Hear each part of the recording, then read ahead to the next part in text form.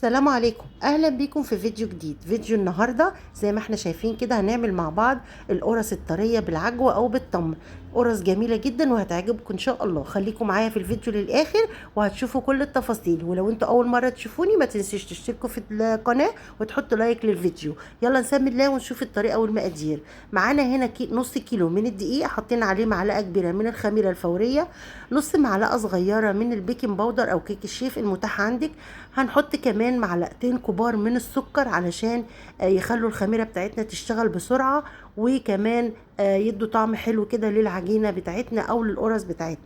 كمان هنضيف رشة من الملح، وهنحط 5 معالق كبار من الزيت بمقدار ربع كوباية من الزيت زي ما احنا شايفين كده.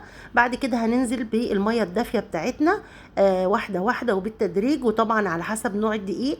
انا عندي هنا الدقيق بتاعي ده انا جايباه من العلافه، او الراجل يعني اللي بيبيع المكرونه والدقيق والحاجات كده. الدقيق ده دقيق للمخبوزات، مخصص للمخبوزات.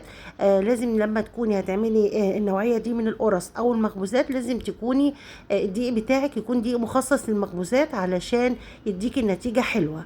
بعد كده انا عندي هنا نص كيلو اخد معايا بالظبط كوبايه ونص من الميه. وزي ما قلت لك الميه بنحطها بالتدريج، حتى لو انت عارفه الراجل وبيجيبي منه كل مره برضو مش ضامنه ان ممكن نوع الدقيق يتغير، فلازم تحطي الميه بتاعتك بالتدريج.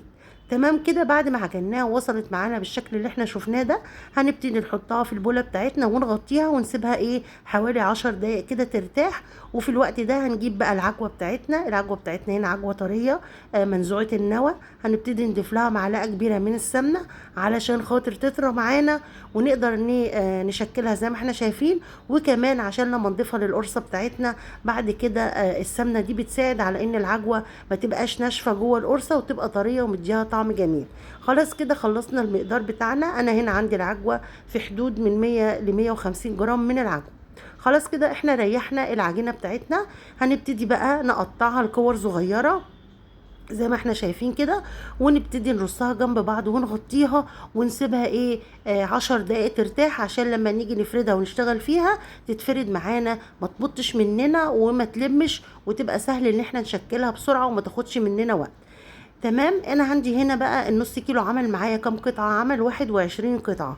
طبعا انت على حسب التقطيعة بتاعتك وعلى حسب حجم القرصة اللي انت عايزاه. لو انت عايزاه اكبر من كده العدد طبعا هيقل لان حجم القرصة هيبقى كبير، ولو انت عايزاه اصغر من كده هتبقى الحجم اكبر، هيبقى العدد اكبر يعني. فانا من رأيي ان الحجم ده مناسب جدا، يعني هيطلعوا معاكي بالظبط 21 قطعة من القرص او من الكور اللي انت هتعمليهم بعد كده قرص محشية عجوة. تمام كده. انا هوريكي الاول هنا خطوتين هننفذ بيهم الشكل اللي احنا شفناه للقرص في اول الفيديو.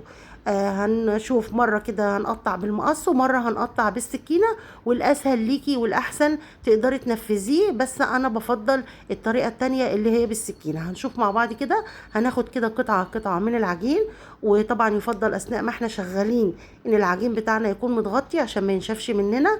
بعد كده هنجيب الكورة بتاعة العجوة او التمر، نبتدي نفردها كده زي ما احنا شفنا.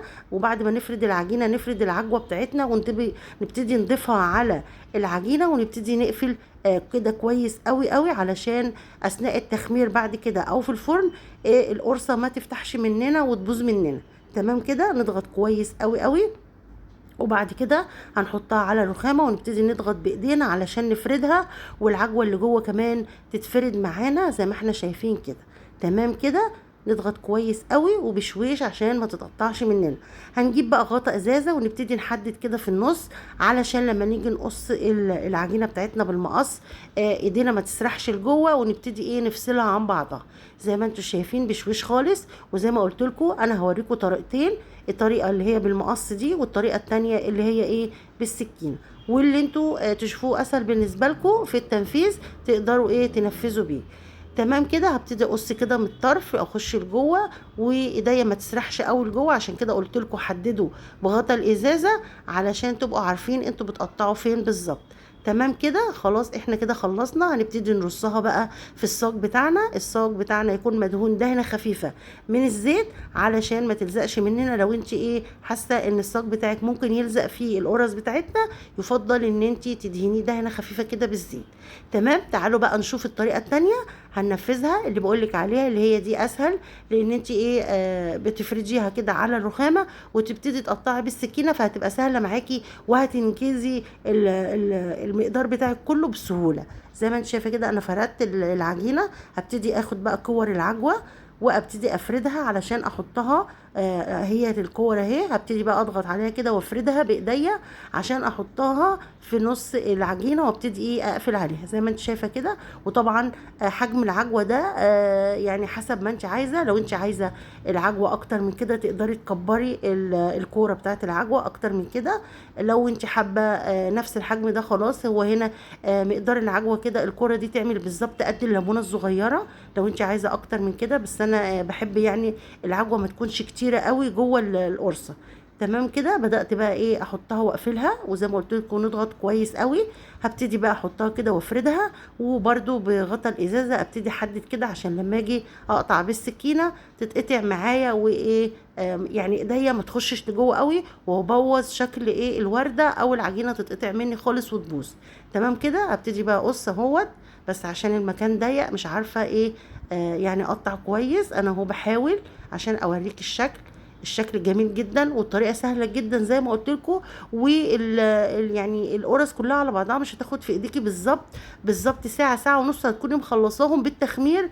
لان زي ما احنا شايفين كده الجو حر اليومين دول، فهي هتخمر معاكي بسرعه. خلاص كده احنا خلصنا كل المقدار. وطبعا مش هما دول بس، في يعني صينيه تانية او صاج تاني انا حاطه فيه بقيه المقدار. زي ما قلت لك هم طلعوا معايا 21 قرصه. هبتدي بقى اجيب شويه كده معلقتين من اللبن. لو انت حابه تدهني وشها بصفار البيت ادهني. عايزه تدهني كده بمعلقتين من اللبن. ما عندكيش لبن ولا عايزه صفار بيت، تقدري تجيبي شويه ميه من الحنفيه وتحطي عليهم معلقتين من السكر وتدوبيهم كويس قوي، تدهني بيهم وش القرص بتاعتك. وبعد كده تحطي رشه من السمسم ونسيبهم ايه عبال ما نسخن الفرن بتاعنا. طبعا هم كانوا اختمروا خلاص. هنبتدي بقى ندخلهم على نار عالية لمدة 10 دقايق، هيخرجوا معانا بالشكل الجميل ده. زي ما انتوا شايفين اللون تحفة، وكمان ما بتاخدش معانا وقت خالص، وطعمها في منتهى الجمال، والطريقة سهلة جدا. يا رب تكون عجبتكم وتقدروا تنفذوها، والشرح اللي انا قلته تكونوا استفدتوا منه، والطريقة تكون سهلة عليكم وتنفذوها. وما تنسوش تقولوا لي في التعليقات رأيكم فيها ايه، ولما تعملوها قولوا لي على كل حاجه، قولوا لي رايكم ولما نفذتوها عملت معاكم ايه. وبشكركم جدا، وبشكر كل اللي انضم للقناه مؤخرا، وبشكر استاذه فاطمه على تعليقاتها الجميله وعلى مشاهدتها لكل فيديوهاتي وعلى كلامها الجميل. بشكرها جدا، اخت عزيزه ليا وصديقه. واشوفكم على خير ان شاء الله في فيديوهات جايه كتير. مع السلامه.